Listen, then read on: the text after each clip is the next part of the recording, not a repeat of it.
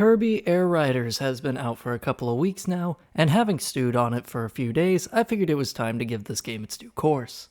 It very much feels as though it's from a time long overdue for a return, in which it might not have everything wrapped in a cute little bow, but what's there more than satiates between entries, despite the reality that, at best case, we'll likely not see another game for another 20 years or so. But enough about that, let's talk Kirby. Whether or not you played the original Kirby Air Ride, you won't feel alienated either way. This game provides both the perfect introduction and return to form that whether or not you're a series veteran is irrelevant. As one myself, I will say, this game served as a nice reminder on just how much classic Kirby iconography I've long since been absent from.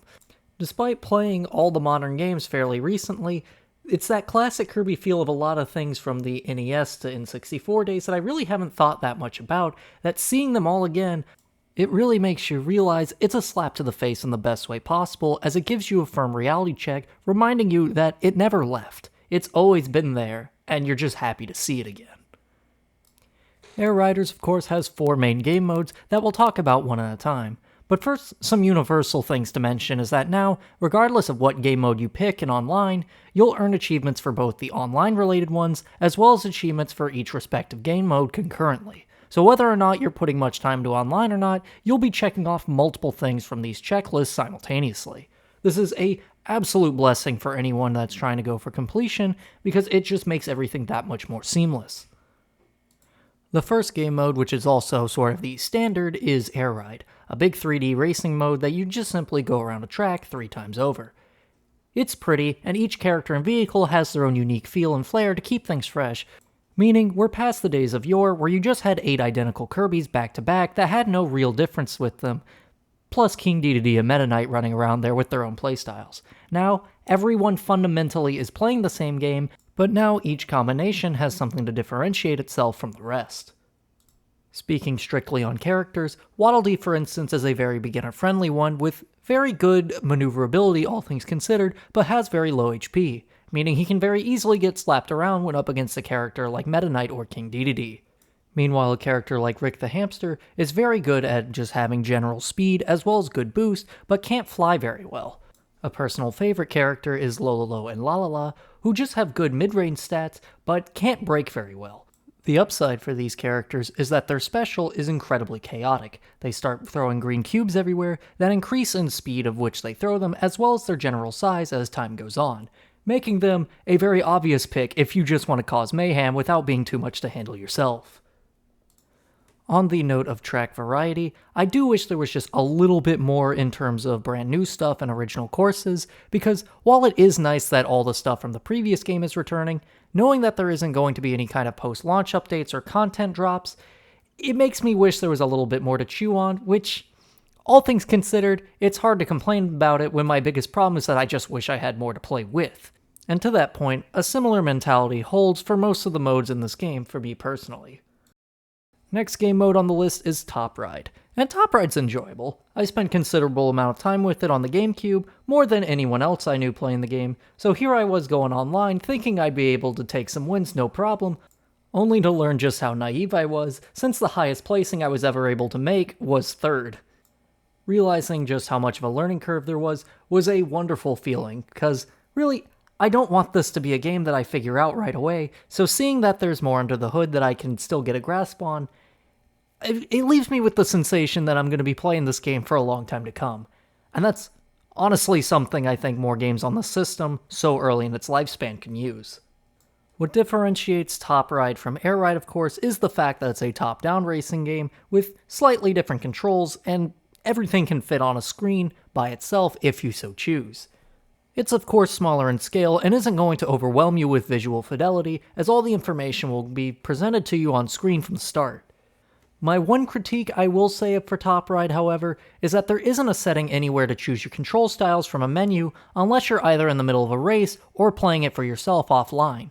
Meaning, if you want to switch your control styles in an online match, the only way you can change it is to pause and switch it in the middle of a menu mid-race.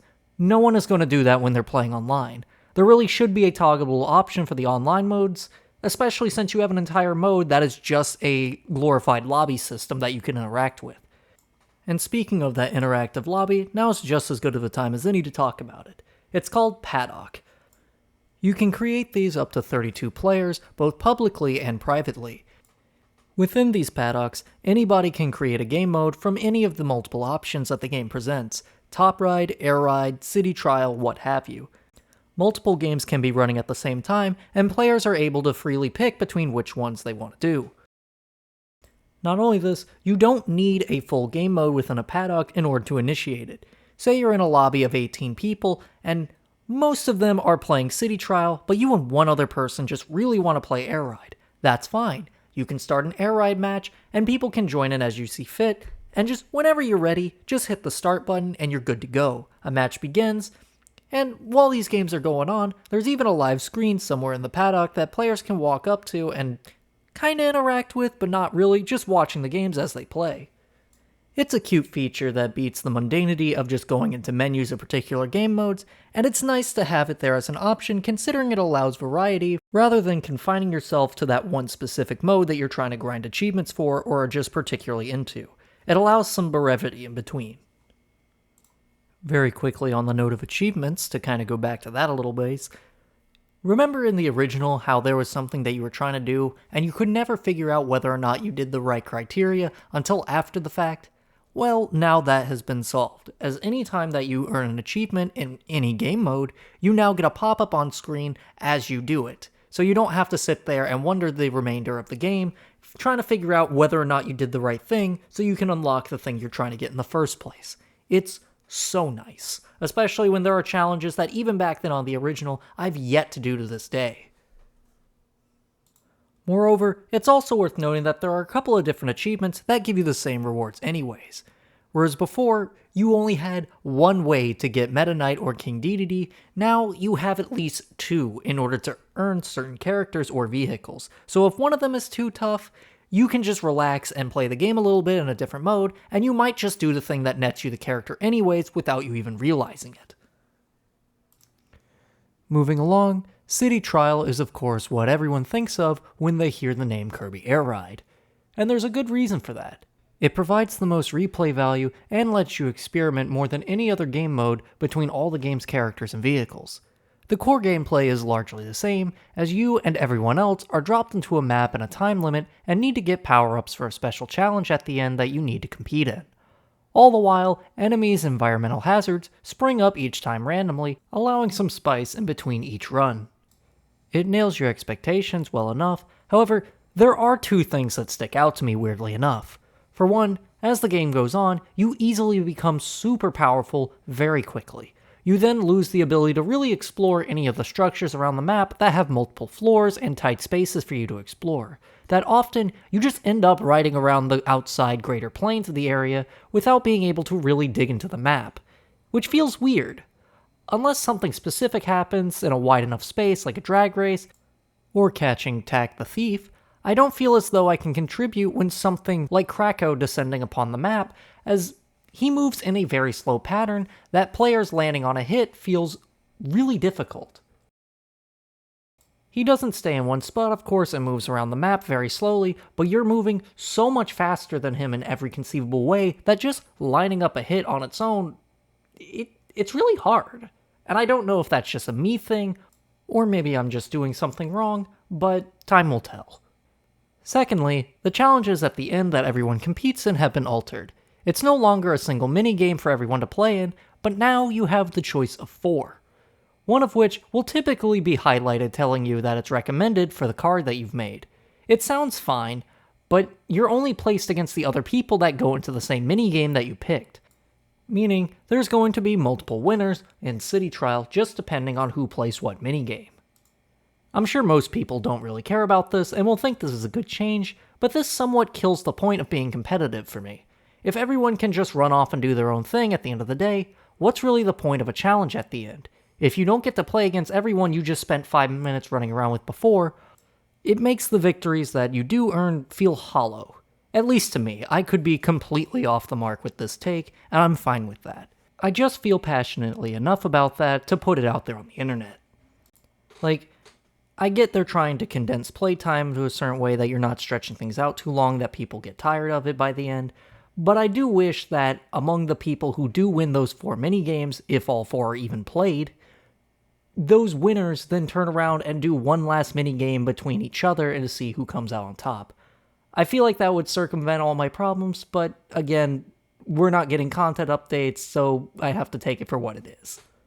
Aside from that, the final game mode is Road Trip, and I like this mode a lot. It's effectively an expanded idea of how classic mode in Smash Bros. For 3DS works. You're given a series of challenges to play in and earn various boons. Not only that, depending on certain choices you make, you go in branching paths that differ depending on your options.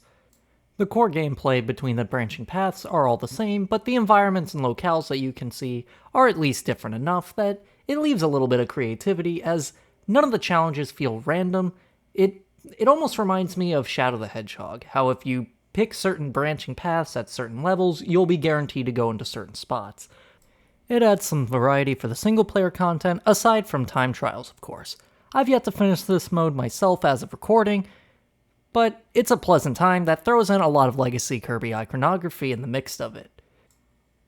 Online play works nicely enough, of course. I can't complain. Local multiplayer works well regardless of who's in TV mode or handheld mode. It's a very seamless connection, and I've had no issues at all while playing. So anyone who's looking to play this strictly online, or is looking to go to a local with a bunch of friends and not everyone has a TV, or some people are worried about who's going to have what connection, rest assured, you're going to have a good time. That covers all the noteworthy things with this game. There's a couple little things here or there that I could go into, like the tutorial mode and so forth, but these are the things worth mentioning in my eyes. So with all that said and done, I give Kirby Air Riders an 8 out of 10. Despite my negatives, most of that can be overlooked. Ultimately, I wish there was just a little bit more to chew on here, and that's a good problem to have if you consider it. Thank you so much for watching, and I'll see you again in the next video. Till then, everybody.